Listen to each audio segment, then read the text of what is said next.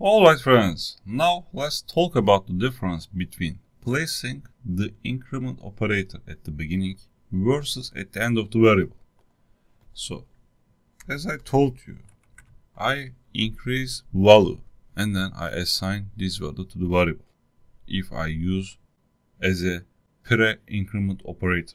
I mean, when I do this, the value of A is increased first, then the incremented value is returned and I assign to the result. So A becomes 151 and result is also 151. So let's print it. I come here, I say A equals to, and then I will use A plus A, and then I copy these, I come here, I paste it. I say result equals to, I print result.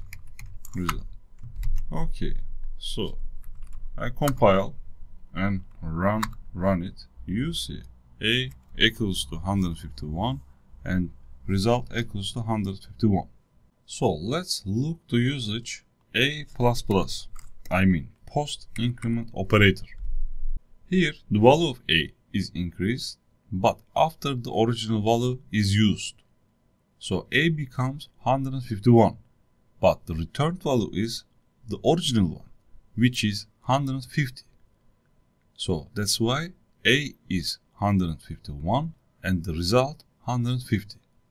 So I save it and then I come here, I run it. You see A is 151 and result is 150. So what's happening? A++ first returns the current value, which is 150, and then increases A. So A becomes 151 after the assignment, but the result stores the original value. I hope you understand it. It's so important. Generally, it's common interview question. Super.